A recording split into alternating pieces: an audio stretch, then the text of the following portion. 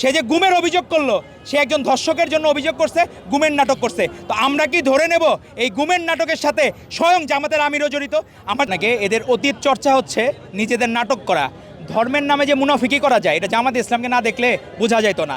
আপনার যদি বিশ্বের কোনো জায়গায় একটা গবেষণার সেল করা হয় যে আপনি জামাতের লোকজন একটু গবেষণা করেন, তাদের দিনে এক মত, রাতে আরেক মত। তারা একবার বললো নারীদেরকে, যারা কর্মজীবী নারী, তাদেরকে বেশ্যা হিসেবে বিবেচনা করলো, পরবর্তী অ্যাকাউন্ট নাকি হ্যাক হয়েছে।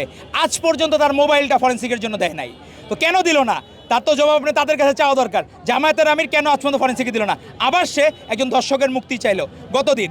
আবার সে কত বড় অপরাধ যে রাষ্ট্রের সরাসরি পেট্রোনাইজে গুম হয়, কিন্তু সে যে গুমের অভিযোগ করলো, সে একজন ধর্ষকের জন্য অভিযোগ করছে, গুমের নাটক করছে। তো আমরা কি ধরে নেব এই গুমের নাটকের সাথে স্বয়ং জামাতের আমিরও জড়িত? আমার তো সেটা ধরে নিতে হবে তো, কারণ উনি নিজে না জেনে, ব্যাকগ্রাউন্ড চেক না করে উনি কেন স্ট্যাটাস দিলেন? আমরা তো কখনোই এরকম দেখতে চাই নাই। যে এরকম বাংলাদেশ দেখতে চাইছিলাম প্রত্যেকের জবাব দিতে থাকবে, প্রত্যেকের জবাব দিতে থাকবে। সেই জায়গায় কেউ অন্যায় করে যাতে পান না পায়। আপনি তো অন্যায়কে প্রশ্রয় দিচ্ছেনই, আবার রাষ্ট্রের বিরুদ্ধে কথা বলছেন। তো রাষ্ট্রের বিরুদ্ধে কথা বলার কারণে অবশ্যই জাতির কাছে আপনার ক্ষমা প্রার্থনা করবে। আর ধর্ষকের ন্যূনতম ছাড় বাংলাদেশের মানুষ দিবে না, কেউ দিবে না, এবং জনগণ দিবে না।